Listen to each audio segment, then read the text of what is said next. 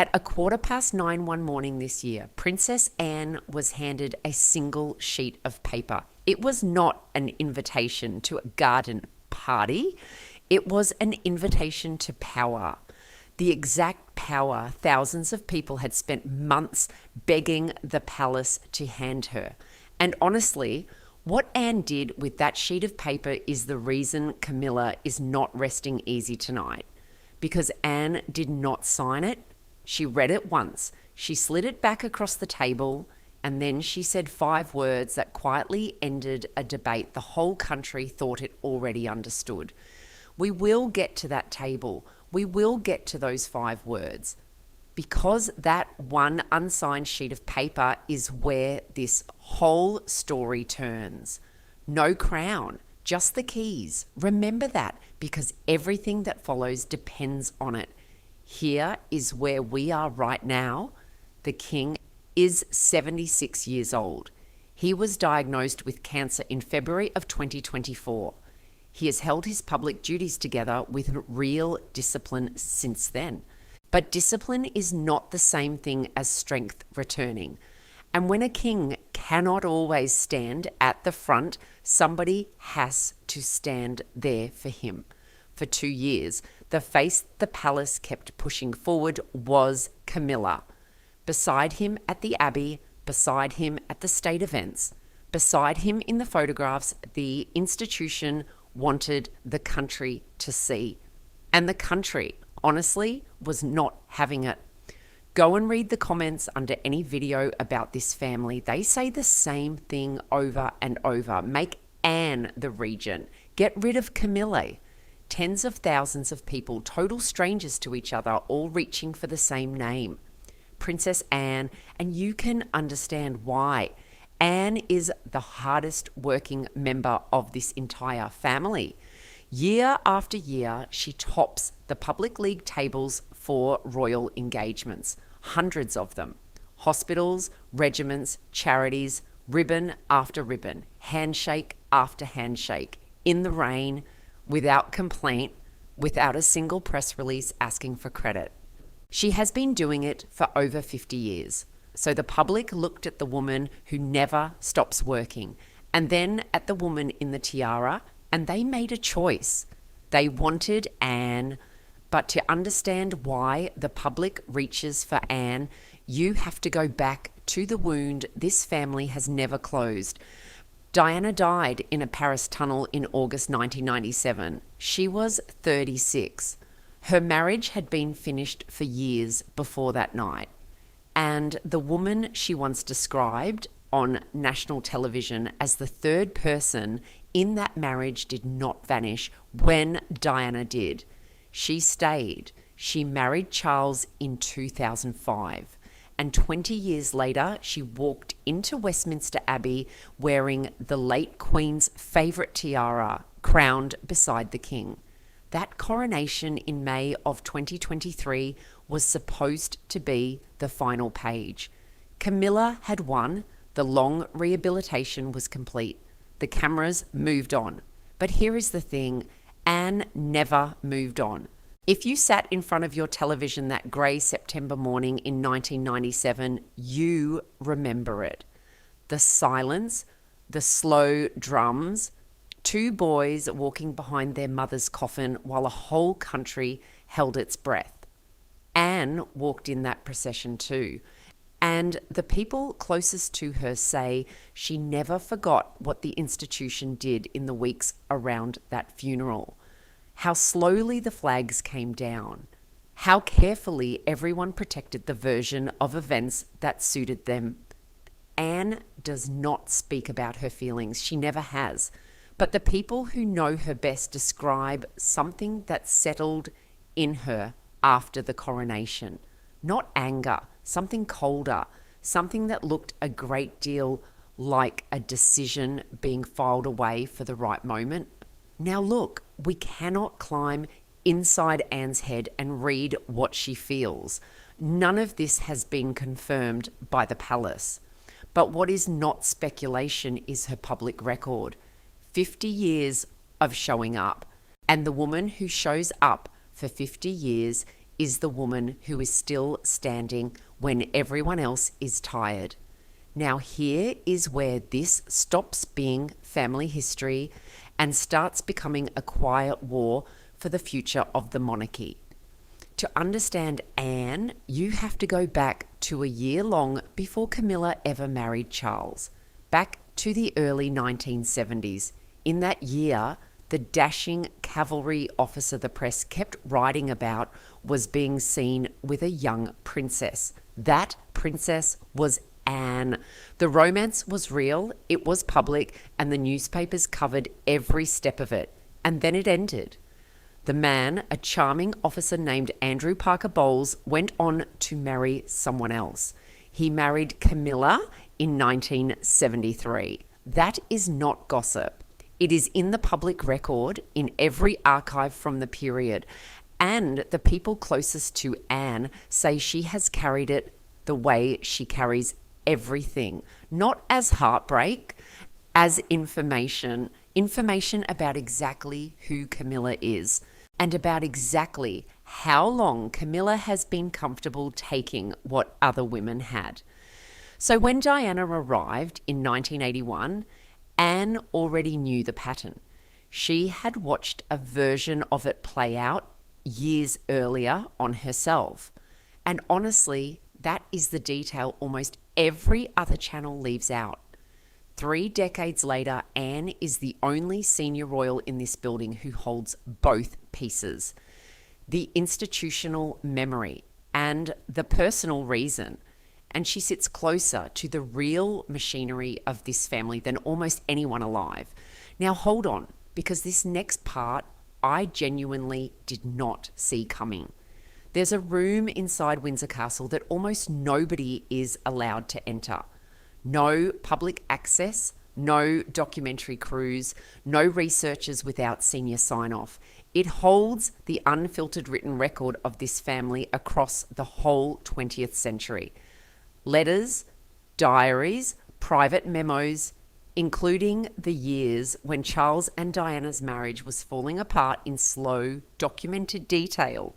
Anne has access to that room at a level very few people outside the immediate family will ever have, and sources suggest she has been spending quiet time inside it. Not the public broad strokes everyone already knows, the internal handling. Who knew? When they knew? Whose version of the marriage the household chose to protect, and at whose expense. Staff have reportedly given this quiet work a name among themselves. They call it the long record. Whether that name is real or just something invented in a corridor, the work itself is reportedly happening. And what comes out of it is not a leaked file or a press statement. That is not how Anne operates. What comes out of it is the official memory of this monarchy being reframed by the one woman with the reason to do it. If Anne finishes that work, Camilla's chapter will not be written by Camilla's friends. It will be written by Diana's sister-in-law. Now, obviously, none of this has been confirmed by the palace, and it never will be. Royal gossip has a way of turning a rumour into accepted memory over time. But the visible pattern outside that room is exactly what you would expect to see if everything sources are whispering is true. And the pattern is brutal. While Anne handles the past, William has been handling the money. And honestly, this is where it gets genuinely uncomfortable for everyone inside the palace. When Queen Elizabeth died in September 2022, the Duchy of Cornwall passed straight to William. This is not a hobby, it is a working estate that has run since 1337. Farmland across 11 counties, property in central London, income of roughly £30 million a year. And every decision about who is paid by it now sits with William alone. The first thing he did was almost surgical. Annabel Elliot, Camilla's own sister, who had worked across duchy properties for nearly 20 years under Charles, simply stopped appearing in the records. No statement, no row, just gone. The replacements were William's own people, friends, godparents to his own children, loyal to him and to nobody else. The royal watchers noticed at once. The message needed no translation. They wanted to crown her. She chose the corridor instead. Then it widened. In 2025, Charles signed paperwork extending the power to grant royal warrants to William and Catherine. Those warrants are the Crown saying publicly that something is approved. Handing that power down while the King still reigns was a signal about where the weight of the monarchy is being moved. Then the patronages began to shift.